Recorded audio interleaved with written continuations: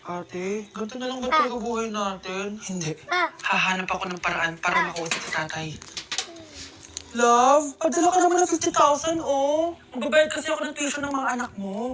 Tapos, ang dami pa nilang pinapabili. Tay, hindi totoo yan! Sinungaling siya! Wala na siya. Akala mo talaga makakasumbong ka? Talagang sinusubukan mo ako, ha? Walang iya ka talaga, tita! Ayan, diyan kayo nababagay. Ikukulong ko kayo dito. Wala akong pake kung ano mangyari sa inyo.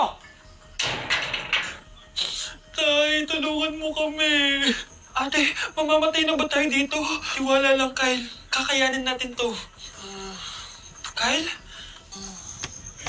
Ang taas ng lagnat mo. Tita, tulong! Dali natin sa hospital si Kyle! Ang ingay naman ng mga yun. May bago na naman akong bag. Kyle! Delivery po. Salamat naman, dumating yung bago kong cellphone. Oh, ano pa ginagawa mo dyan? Binayaran ko na to sa online. Tama nga sila. Inuubos mo lahat ng pera ko sa mga luho mo. Ha? Ramon? Umuwi ka? Kukulong ko kayo dito. Wala akong pake kung ano mangyari sa inyo. Grabe lang pinanggagawa ng babaeng to. Ginagawang hayop ang mga bata.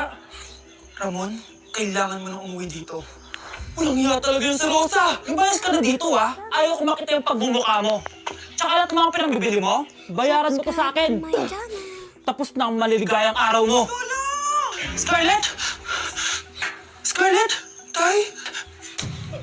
Kyle! Okay na si Kyle. Buti na lang, agad yun siyang nadala dito. So mga anak, kung alam ko lang, uuwi ako agad. Tay, ang importante, nandito ka na. Yay! Nandito na si tatay! Makakain na ulit tayo ng masarap, ate! Huwag kayong mag-alala, anak. Hindi na kayo malalapitan ng babaeng yon. Pangako. Kapag pinirmahan mo to, akin na lahat ng mga kayamanan mo. Oh, pirmahan mo na. Tita, wala naman akong field trip pa.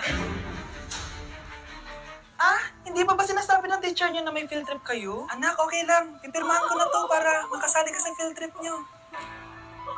Walang iya ka talaga, Rosa. Wala ka talagang titira sa akin, ha? Handa ka talaga sa akin. Mabilis ka talagang utuin, Susan. Salamat, Mare. Ramon, napapirma ko na siya. Atin na ang bahay, pera, at mga ari-arian niya. Magaling ka talaga, Rosa. Kaso kailangan na natin kulos ng discuss sa doktor. Nagre-recover na yung mata niya. Ano? Kaya bukas na bukas din, papalayasin na natin sila. Total, nakuha na natin ang gusto natin. Nay, bakit mo pinirmahan yun, ha? Mali ba na? Huwag kang mag-alala, anak. Malapit nang matapos ang maliligayang